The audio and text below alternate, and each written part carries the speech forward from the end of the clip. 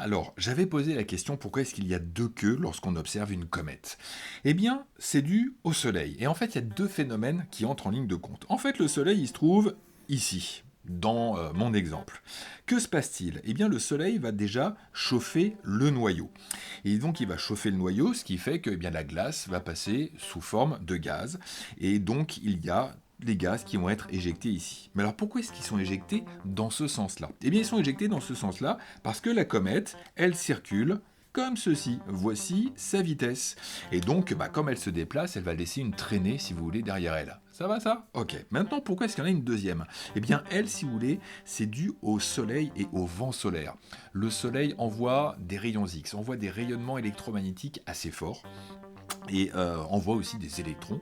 Et donc tout ceci va venir percuter le noyau et la chevelure. Et va donc former des espèces ioniques.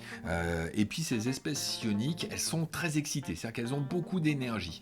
Et comme elles ont trop d'énergie, elles vont en relâcher sous forme de lumière.